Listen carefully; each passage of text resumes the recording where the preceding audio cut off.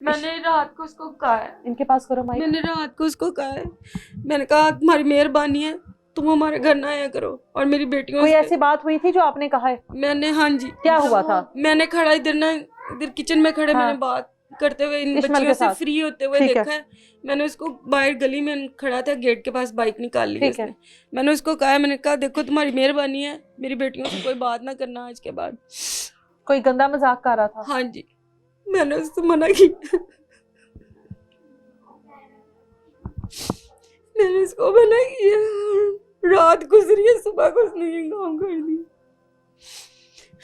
पता नहीं कैसे लेके कैसे गया। मैंने तो आज तक अपनी बेटी को कभी अपनी आंटी के घर नहीं भेजा, एक दिन एक रात के लिए भी नहीं भेजा। हाँ, महीना हो गया पूरा। क्या करूं मैं, क्या अभी 1-1.5 माह से कोई राब्ता नहीं है बेटी कोई के साथ? राब्ता नहीं है, कोई उसकी शक्ल नहीं दिखाई, किसी जगह पे नहीं लेके नहीं आए। पता किस हाल में है, नहीं। कैसी है, किधर रखा हुआ है, किन लोगों में रखा हुआ है? नहीं पता, किसी चीज का नहीं पता।